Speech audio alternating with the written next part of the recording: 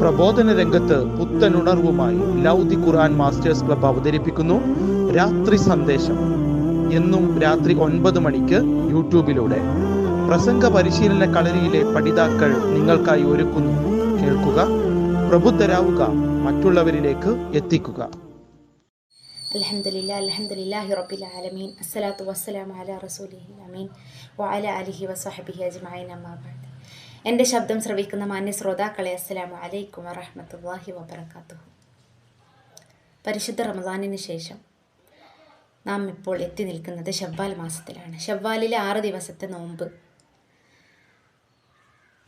വളരെ പ്രാധാന്യമർഹിക്കുന്ന ഒരു ആരാധനാ കർമ്മമാണ്. റമദാനിലെ നിർബന്ധ നോമ്പിന് ശേഷം ശവ്വാലിലെ 6 നോമ്പ് അനുഷ്ഠിക്കുന്നത് സുന്നത്താണ്. നബി സല്ലല്ലാഹു അലൈഹി വസല്ലമ പറഞ്ഞു, ആരെങ്കിലും റമദാനിൽ നോമ്പ് അനുഷ്ഠിക്കുകയും തുടർന്ന് ശവ്വാലിൽ 6 ദിവസത്തെ നോമ്പ് അനുഷ്ഠിക്കുകയും ചെയ്താൽ ഒരു വർഷം മുഴുവൻ നോമ്പ് അനുഷ്ഠിച്ചതിന് തുല്യമാണ്.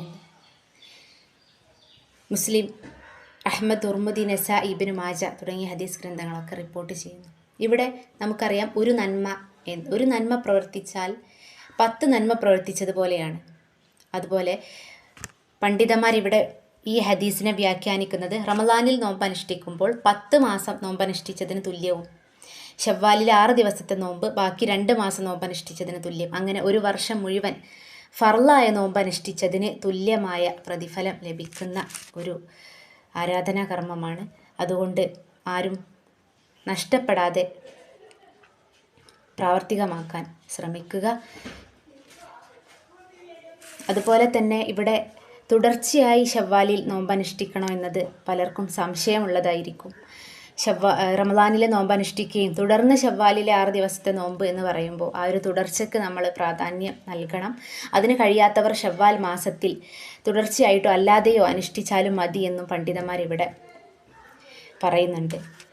അതുപോലെ തന്നെ ശവ്വാൽ കഴിയുന്നതോടെ ഈ നോമ്പിൻ്റെ സമയം അവസാനിക്കും. എന്തെങ്കിലും കാരണത്താൽ അതിന് കഴിയാത്തവർ മറ്റ് മാസങ്ങളിൽ ഈ നോമ്പ് അനുഷ്ഠിക്കേണ്ടതില്ല എന്നും പണ്ഡിതന്മാർ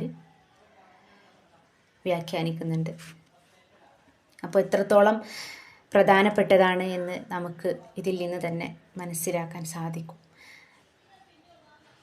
മറ്റൊരു കാര്യം, റമദാനിൽ നോറ്റുവീട്ടാനുള്ള നോമ്പുകൾ പൂർത്തിയാക്കിയതിന് ശേഷം ശവ്വാലിലെ 6 ദിവസത്തെ നോമ്പ് നോൽക്കുക. ഇവിടെ റമദാനിലെ നോമ്പ് അനുഷ്ഠിക്കുകയും എന്ന് പറയുമ്പോൾ റമദാനിലെ നോമ്പ് മുഴുവനും ലഭിക്കുക എന്നത് പ്രധാനപ്പെട്ടതാണ്.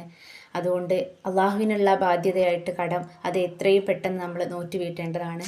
റമദാനിലെ നോമ്പ് പൂർത്തിയാക്കിയതിന് ശേഷം ശവ്വാലിലെ 6 ദിവസത്തെ നോമ്പ് അനുഷ്ഠിക്കുക.